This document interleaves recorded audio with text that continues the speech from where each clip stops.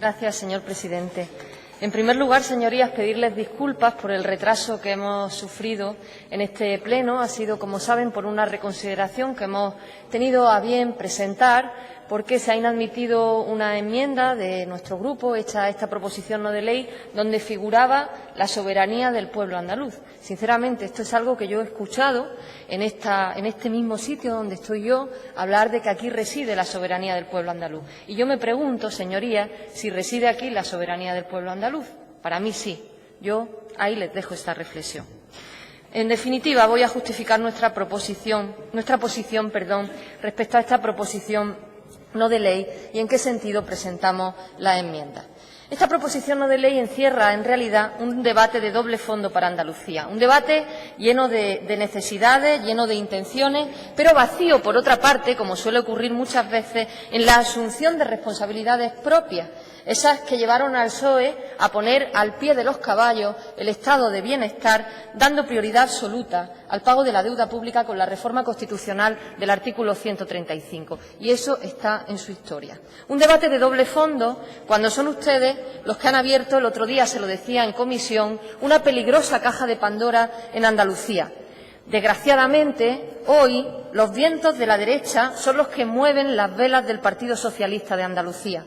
Esos vientos que nos llevan a la fase de cuarto menguante de los recursos tributarios gestionados por la Comunidad Autónoma Andaluza.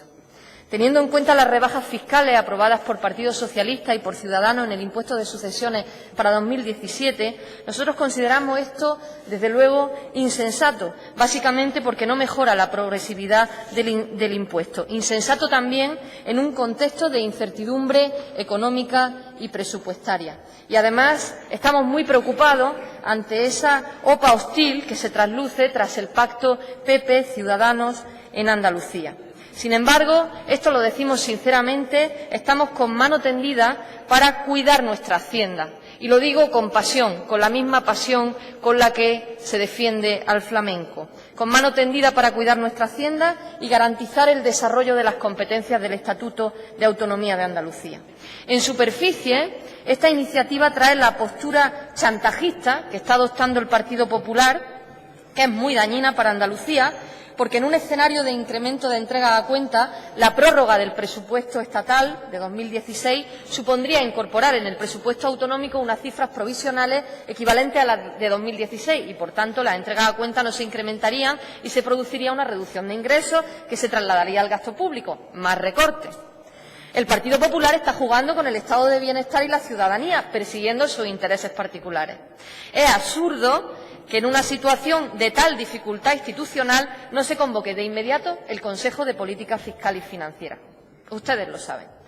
Proponen en esta iniciativa que se haga el uso de todos los mecanismos de que se disponga para lograr que el Gobierno estatal facilite la información necesaria para la elaboración de los presupuestos de Andalucía para 2017. Hombre, ¿estamos de acuerdo? Claro que sí. Señora consejera, presione, como dice esta iniciativa, y además hágalo con valentía.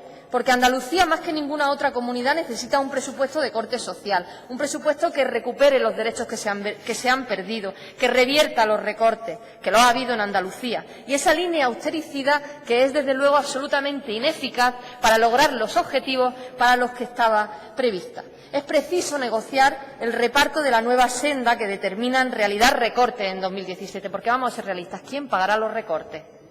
Como sean las comunidades autónomas las que paguen los recortes, ya sabemos a lo que vamos abocados. Son las comunidades autónomas las que están sosteniendo el estado de bienestar luego. Eso pondría en riesgo los servicios públicos fundamentales para la mayoría. Manifiesten que el problema, señora consejera, en España y en las comunidades autónomas no son los gastos, son los ingresos.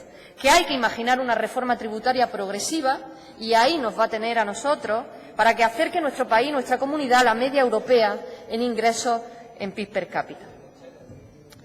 Compartimos la necesidad de impulsar la reforma del modelo de financiación autonómica con base en los principios de suficiencia, equidad, autonomía, también de solidaridad interterritorial, ordinalidad elástica, corresponsabilidad fiscal y lealtad institucional.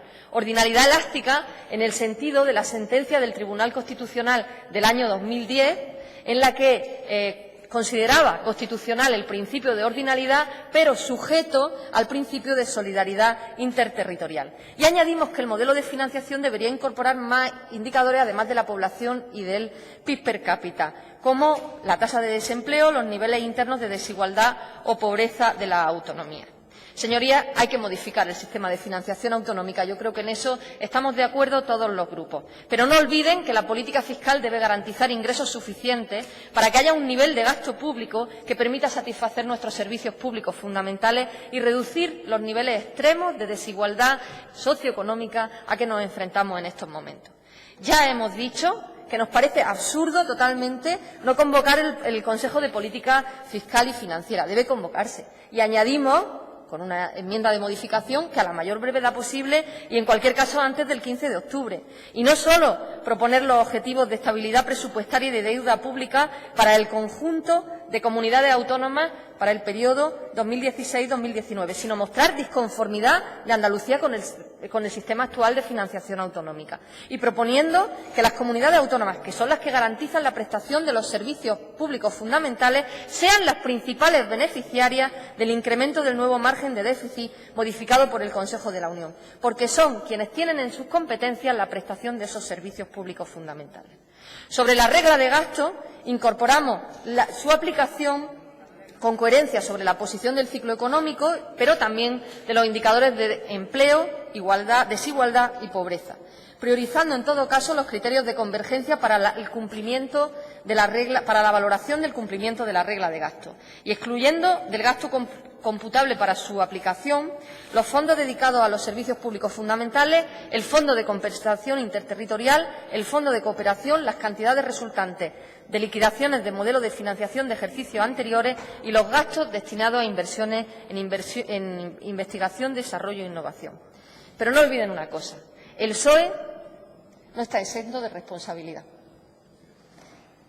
Fue el Gobierno de Zapatero quien abrió el camino al control presupuestario y fue durante aquel Gobierno cuando se modificaron los mecanismos de financiación territorial. Es verdad que en 2013 tenían que volver a ser discutidos, pero el supuesto maltrato a Andalucía no es en exclusiva una prerrogativa de los gobiernos del Partido Popular, es algo que se viene generando desde el año 2008. Y es que en financiación están encerrados en una doble contradicción, triple diría yo. Por una parte dicen que faltan recursos, por otra tienen un pacto que mengua los ingresos fiscales que le restan progresividad al sistema fiscal. Por una parte hablan de defensa del estado de bienestar, pero por otra han aprobado la reforma del artículo 135 de la Constitución española con el Partido Popular. Y hay otra contradicción, una tercera contradicción, oculta. Hay que modificar el sistema de financiación autonómica, no hay duda, y relajar el objetivo de déficit y recuperar los ingresos tributarios. Pero la tercera contradicción es que el avance de Andalucía, el avance hacia otra Andalucía, esa Andalucía que se merecen andaluces y andaluzas, obliga a una gestión de lo público sin ningún escándalo más en esta tierra, ni más cursos de formación, ni más escándalos de ERE, ni más tramas de corrupción urbanística que merman las funciones del Estado social. Señorías, comencé diciendo que esta proposición no de ley tiene doble fondo. Su doble fondo está en su pecado original, de ambos. Esa reforma constitucional que no vamos a olvidar. Pero miren, sean valientes también, reconózcanlo. La insistencia para que el Gobierno ofrezca información que necesitamos y que tenga una postura valiente de cara a los intereses de Andalucía incluye presionar para que se lleven a cabo cambios que ustedes mismos apoyaron en el pasado. Pero no pasa nada. También es importante desandar, reconocer que son necesarias derogaciones, cambios normativos de financiación autonómica, de estabilidad presupuestaria y derogación de la reforma del artículo 135. Y, por último, me gustaría terminar con una enmienda in voce para que este Parlamento manifieste que la modificación del artículo 135 de la Constitución, la Ley de Estabilidad Presupuestaria y Sostenibilidad Financiera y la Ley de Racionalización y Sostenibilidad de la Administración Local limitan la capacidad de este Gobierno del desarrollo de las competencias que figuran en su Estatuto de Autonomía, es decir, limitan la soberanía del pueblo andaluz en beneficio del poder financiero. Muchas gracias. Señora Lizárraga, ¿me deja la enmienda? No, pero se lo tengo que preguntar.